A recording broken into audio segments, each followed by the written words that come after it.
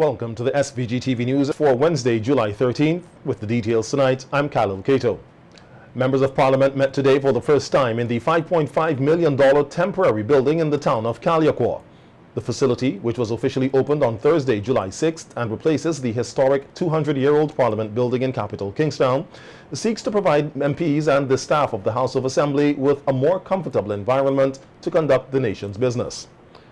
Today's session saw a new Clerk of the House, Deborah Charles, and the new government Senator and Minister Benava Brown taking her oath. I, Benava Brown, do swear that I will be faithful and bear true allegiance to St. Vincent and the Grenadines, that I will uphold and defend the Constitution and the laws of St. Vincent and the Grenadines, and I will conscientiously and impartially discharge my responsibilities to the people of St. Vincent and the Grenadines. So help me God.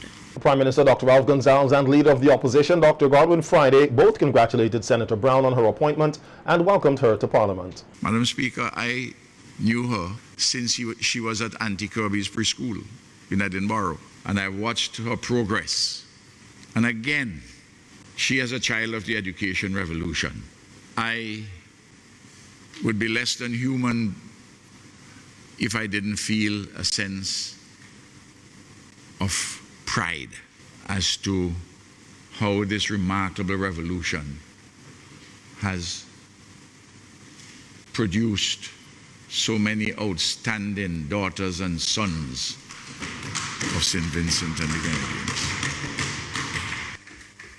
Madam Speaker, when anyone takes on the mantle of public service, it is to be acknowledged and appreciated. Also in Parliament today, Opposition Leader Dr. Godwin Friday voiced the party's objection with the appointment of the new Clerk of the House of Assembly, Deborah Charles, who served in Parliament before as a government senator under the ruling Unity Labour Party administration. Madam Speaker, I heard the Honourable Prime Minister also congratulated the new Clerk of the House. I do wish, Madam Speaker, that I truly could have joined him in that congratulations. But as members of the opposition have mentioned, have said publicly, and I wish to record on record here, that we on this side of the House have very serious reservations and concerns about the appointment of the present holder of the office of clerk to that position. And the reasons are, Madam Speaker, that this is a very important, impartial position within the House of Assembly. And the Honourable Member, no matter how she may try to appear to be so, was recently a candidate in the elections that competed against a member from this side, was also recently a senator in this House, very partisan position, combating members on this House. And we are asked to believe, Madam Speaker, today that the mere changing of a robe for the usual garb of a member of the House will transform that person into an impartial performer in the office of Clerk of the House. It is, Madam Speaker, regrettable that this appointment was made, and I will tell you for transparency that I have written to the Chairman of the Public Service Commission concerning this appointment, because it affects the way in which this Honourable House functions, and certainly will affect the way in which members on this side of the House will regard the office of the Clerk of the House. I myself have used that office of members over the years without any fear or any doubt about the propriety of the responses or the assistance that might be given. I have canvassed members on my side, and they basically are fearful that they will not be able to use the office in the way they have done because of the appearance that of partiality and the lack of trust that would be there. Prime Minister Dr. Ralph Gonsalves, for his part, told Parliament that there are two important offices constitutionally in the House touching and concerning its management and operation beyond those who are elected or made senators, and that those two offices include the Speaker and the Clerk of the House of Assembly. The Prime Minister said he is satisfied that Charles will serve in her capacity objectively like others before her. There are two grounds on which the Honourable Leader of the Opposition objected. And they're interconnected, but for analytic purposes, let's separate them. He said that because the current clerk of the House was once a candidate and once a member of this House and a parliamentary secretary, a senator, that on that account, she would be partisan. And notice I listened to him very carefully. On the second ground, he said, because of the fact that she was once a senator, once a candidate, that in their mind they have a fear. So it is something with their mind, not with Deborah Charles. It's something in their mind, not in the mind of Deborah, not about Deborah Charles. Because when you say that you fear her, you fear what will happen, you're speaking, Madam Speaker, towards the core, the essence of the integrity of this woman.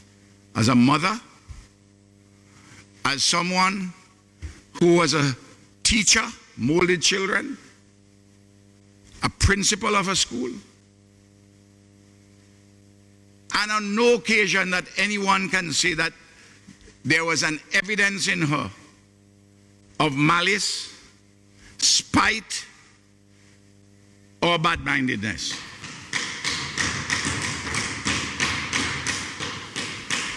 And the Public Service Commission must have been satisfied in her integrity and in her capacity to do this job. That is why they appointed her. Former Member of Parliament for North Windward, the late Peter Ballantyne, will be given an official funeral. This was announced in Parliament today by Prime Minister Dr. Ralph Gonsalves as he paid tribute to Ballantyne, who was elected as the Labour Party's first Member of Parliament for North Windward in 1979 and served as Minister of Health from 1979 to 1984. Ballantyne, 79, died on Thursday, July 6th at his home in Sandy Bay. He was my friend and he was my close comrade and confidant. He looked out for his people. He was very appreciative of the work of this government on behalf of the persons in North Windward and particularly across the Dry River. And there are many, many landmark achievements which he spoke to me about and felt very happy.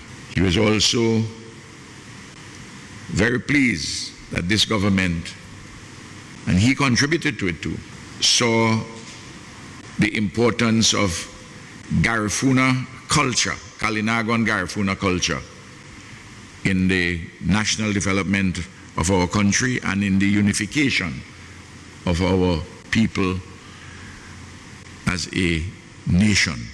I saw him at the hospital in Georgetown and I followed what was happening. I kept in touch with his family and we are all very sad at his passing. Prime Minister Gonsalves further told Parliament that the state will play a big part in Ballantyne's funeral, which will be held in early August at his family's request. The 22nd Eastern Caribbean Ministerial Meeting on Fisheries and Sustainable Use of Living Marine Resources opened here today at the Beachcombers Hotel Conference Room in Villa. The meeting is being attended by representatives from Antigua and Barbuda, Grenada, St. Lucia, Japan, Dominica, St. Vincent and the Grenadines, the Organization of Eastern Caribbean States, the OECS, and the Caribbean Regional Fisheries Mechanism, CRFM. Addressing the opening ceremony, SVG's Minister of Fisheries, Saboto Caesar, thanked the various insurance brokers for their effort in helping to address the issue of agriculture and maritime insurance. Minister Caesar noted that they are seeking to establish a CARICOM platform that will engender the type of hope needed for stakeholders. Insurance continues to play a very critical part, a very critical role in the development of any productive sector. In St. Vincent and the Grenadines, we witnessed 32 volcanic eruptions in recent times. We also experienced in recent times one of the most devastating droughts in 50 years. And a few weeks ago, we had the passage of Tropical Storm Brett, devastating significant banana plantations in St. Lucia and also affecting both banana and plantain production in St. Vincent and the Grenadines. It is very important as we rebuild the agriculture sector, and particularly so in the aftermath of the World Trade Organization's case, the banana case, which triggered a decline in the production of bananas, that we come up within the region, and particularly in the Windward Islands, with a crop insurance package to replace wind crop. Looking back at the crop insurance in the 1980s, Minister Caesar noted that SVG benefited significantly from this, especially when agricultural produce was impacted by disasters. Wind crop served a very important role, and I could still recall many years ago when we suffered from hurricanes. Immediately after, you would have the banana extension officers go into the different fields and do the assessments, and these assessments were sent on to wind crop, and we benefited significantly because we were able to rebuild and rebuild quickly. In this present dispensation, we do not have wind crop, and we do not have the type of crop insurance that we had in the 1980s, early 1990s. Instead, what usually takes place is that the farmers, after a storm, the ministries will go into the fields, do the assessments, and the state will have to ensure that a package is presented so that we can have a replanting process. I have significant confidence in the stakeholders who are at the table to address the issues touching and concerning crop insurance. It must also be noted that the blue economy continues to provide excellent opportunities to stakeholders in the fisheries sector. And the vagaries of climate change are also impacting on our fishers. The insurance mechanism that we are putting in place will also benefit the fishers in the CARICOM region. Minister of Tourism and Culture Carlos James in Parliament today congratulated all the components of Vincimas, including the winners of the various competitions. He told Parliament that they are about ready for the promotion of Vincimas 2024. The calendar dates are June the 28th to July 9th, 2024. And that is the calendar dates to be tabled for Vincimas 2024. We're looking forward to even greater and brighter things next year. Interestingly, Madam Speaker, just to conclude, when I checked with all of the hotels, most of the hotels were filled to capacity. In fact, some of the promoters indicated that there were so much people at their events, they underestimated the crowds. And the suppliers of drinks, ice, and all of the other the ancillary services had challenges providing support because of the amount of people that participated and those who flew in. Most of the seats were filled and all of the airlines coming in. And with more airlines coming next year and new hotels coming to boost our room stock, we can expect to see a large amount of visitors coming to St. Vincent and the Grenadines.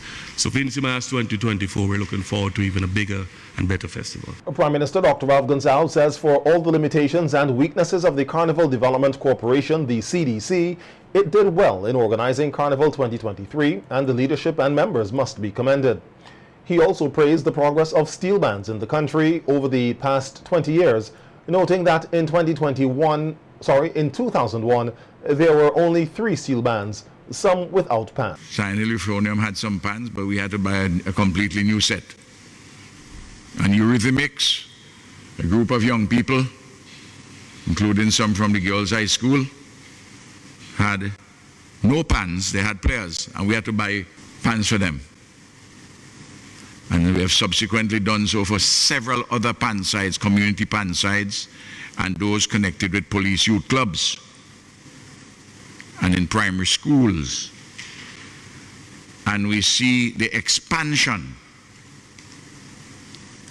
of pan. There's still more work to be done, and we have to address the making of the pans and tuners and further trainers and the like. But we have made progress amidst the difficulties. I want to congratulate all those who have been involved in this venture, and Rodney Small's leadership in the Yulupan movement has been very critical. Madam Speaker, the performers, I went down into Carnival, I watched, I listened a lot, and I also was on the road as a spectator on Mondays and Friday, on Monday and Tuesday. And I was very pleased to see the numbers on the streets enjoying themselves wholesomely, and the creativity in every respect. The 15 scholarships and over 150 bursaries were handed out today to successful CPEA students by the General Employees Cooperative Credit Union Limited, GECU. The award ceremony was held at the Methodist Church Hall in Kingstown under the theme, The Courage to Dream, Soar and Thrive. Addressing the ceremony, President of GECU Limited, Michael Sayers, said that over the last 42 years, the credit union has awarded over 300 scholarships to students across St. Vincent and the Grenadines. This particular scholarship began around 42 years ago with only 2 persons being awarded scholarships. 42 years later, we are up to 344 persons who have been awarded scholarships over this time. It is important to note, however, that a GECU scholarship means that you are at the top of your game, so to speak.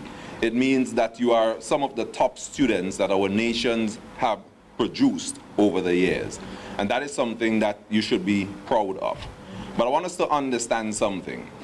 It took a lot of hard work for you to get to where you are today. It took a lot of dedication and it took a lot of commitment to get here. It meant that you had to have been functioning at your best. I know some persons would say that, they were not necessarily functioning at their best. But what I want us to know, and I want you to remember today, is that to get here required that you function or that you give of your best. But in order to move from this particular point, you have to improve on what your best is and what your best has been. The Sayers urged this year's recipients to continue to do their best and to always aim for the stars. Parents were also encouraged to continue to mold their children in the right way. The more you work at something, the better you become at it. And the better you become, it means that your best can constantly and continually be improved. And so I want to encourage you today that even as you go forward, don't think that you have arrived. You have arrived at this particular milestone, but there are many more milestones ahead. And so I want to encourage you, go for them. Give your best. Improve on your best. Continue to be the best that you can be at every particular stage in your life. To the parents, I say, continue to push and to motivate your children. Let them encourage them. Let them know that they can reach to the stars. Let them know that they can be the best of the best in the nation and in the world. So for all that matters, it is important for us to know that. GECU, as a credit union, we are here to support you. CEO of GECU Limited, Maxine Johnny, said they have increased this year's scholarships and monetary awards. In fact, we were mindful that these events that the credit union was facing would have been impacting our members as well. So what we did a review of our scholarship program to ensure that it is adequate and ensure that we can touch the life of more of our members. Therefore, we took the decision to increase the number of scholarship to 6 boys and 6 girls. So we were at 5 before, 5 boys, 5 girls, so we increased the number to 6. In addition, the bursary, we gave $150 to those students who were not in receipt of who weren't awarded a scholarship. So for this year, we increased the amount to $175. So last year it was $150, this year it's $175. Hence, the value of the bursary payout, this is just the bursary payout alone, is $30,800. Also addressing the ceremony, representative of the Ministry of Education, Tamara Barrow, encouraged the awardees to always strive for excellence. Teachers, students, parents, and the community. The partnership between ourselves and the ministry, and you as well, is crucial in ensuring that our education system is effective and relevant. And we all must work together to provide our students with the best possible education and equip them with the skills and knowledge they need to succeed in life. And you are most definitely doing these things. To the recipients, I leave you with this message. Put God first in everything that you do and let Him guide you. He has created you with a plan and a purpose. Jeremiah 29:11 says, God knows the plans He has for you, plans for good and not of evil, to give you hope and a future. Continue to work hard, stay curious, and never stop learning. Remember, this is just the next phase of your journey, and there will be many more challenges and many more obstacles. But with God's wisdom and understanding, you will overcome. Always strive to be the best version of yourselves, and I think that has been the theme whole morning, so we're collaborating on that one. And continue to pursue your dreams with passion and determination. 4 members of course number 12 of the Royal St. Vincent and the Grenadines Police Force will be celebrating 30 years of service on Saturday. On Thursday, July 15, 1993, 20 young men enlisted as police officers. 30 years later, only 4 of them remain in the constabulary.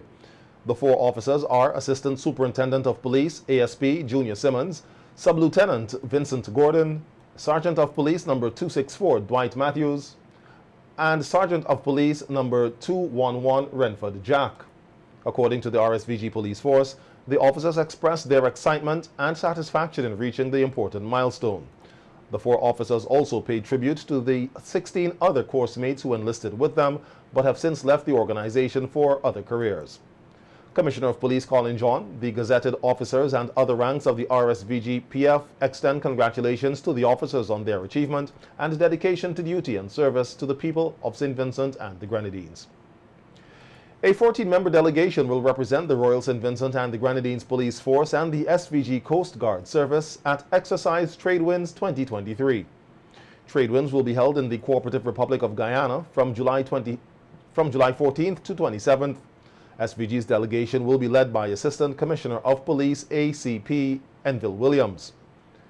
Exercise Tradewinds is a U.S. Southern Command-sponsored combined joint exercise conducted with partner nations to enhance the collective ability of the defense forces and constabularies to counter transnational criminal organizations and conduct humanitarian assistance and disaster relief operations while developing strong relationships and reinforcing human rights awareness.